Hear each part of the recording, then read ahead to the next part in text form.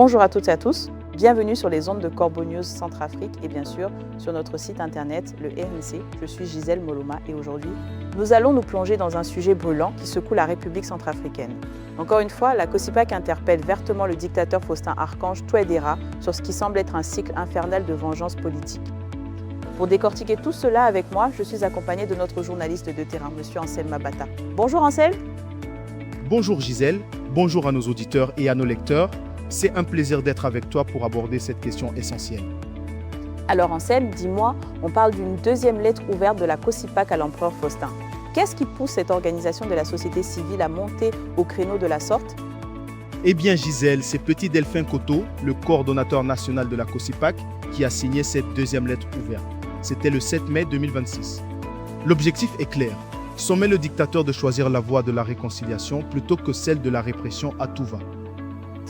La réconciliation plutôt que la répression, ça sonne comme une évidence, non? Absolument. Cette correspondance, enregistrée sous le numéro 0127, Codo SG26, vient de la coordination des organisations de la société civile pour la paix en Centrafrique. Leur mission, comme ils le disent, est d'alerter, de prévenir et d'éclairer la conscience nationale. Et cette lettre s'ouvre sur un constat amer, Gisèle. Un constat amer? Qu'est-ce qu'il pointe du doigt, Anselme? Ils observent que depuis 1961, la classe politique centrafricaine répète inlassablement le même scénario, des jugements par contumace, des règlements de compte. Chaque dirigeant, tu vois, finit par subir le même sort qu'il avait lui-même infligé à ses adversaires. C'est un véritable engrenage. Un engrenage, tu le dis bien, c'est à croire que l'histoire ne sert de leçon à personne chez eux. La COSIPAC retrace ce cycle avec une précision glaçante, n'est-ce pas? Oui, Gisèle, c'est là où le bas blesse. Il rappelle par exemple que David Dacko a détourné la justice contre Abel Goumba avant d'être lui-même renversé et jugé par contumace sous Bokassa en 1966. Et Bokassa, devenu empereur, a connu le même sort, jugé par contumace sous Dacko Du en 1979. Et ça continue, je suppose? Exactement. Kolingba, Patassé, Bozizé et Diotodia ont tous prolongé cette chaîne sans fin jusqu'à l'avènement du dictateur Faustin-Archange Touadéra par le retour à l'ordre constitutionnel. Pour la COSIPAC, cet enchaînement de destins brisés est une mise en garde que l'actuel chef de la junte ne peut ignorer. L'histoire se répète encore et encore sans que personne ne semble en tirer les conséquences. C'est incroyable, Anselme. C'est comme s'ils étaient aveugles à leur propre passé. Et l'organisation ne s'arrête pas là. Elle dénonce aussi les dérapages du régime actuel, n'est-ce pas? Tout à fait, Gisèle. Elle qualifie cela d'abus. On parle d'arrestations sélectives d'opposants, de restrictions des libertés de mouvement, d'une répression sans borne des organisations citoyennes et d'exactions attribuées aux milices et aux forces Wagner bien présentes sur le territoire.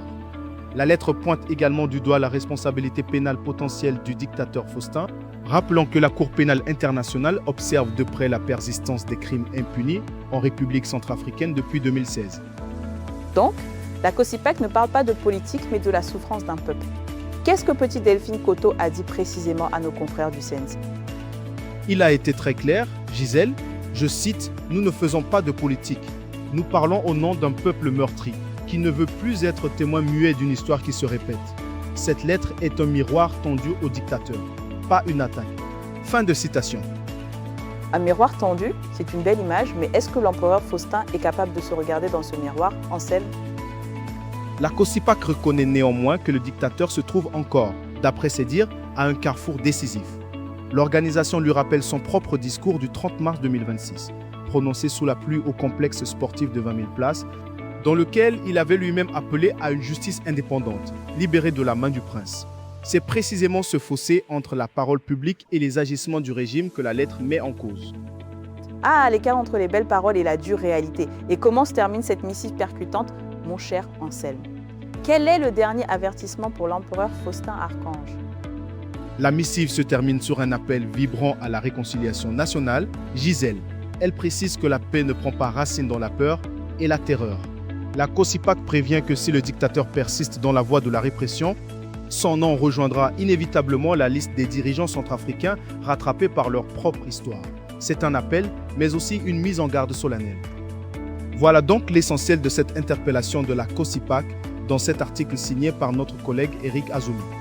Pour ceux qui souhaitent contacter Corbeau News Centrafrique, nos numéros de téléphone et WhatsApp sont le +236 75 72 18 21 ou le 70 16 44 65.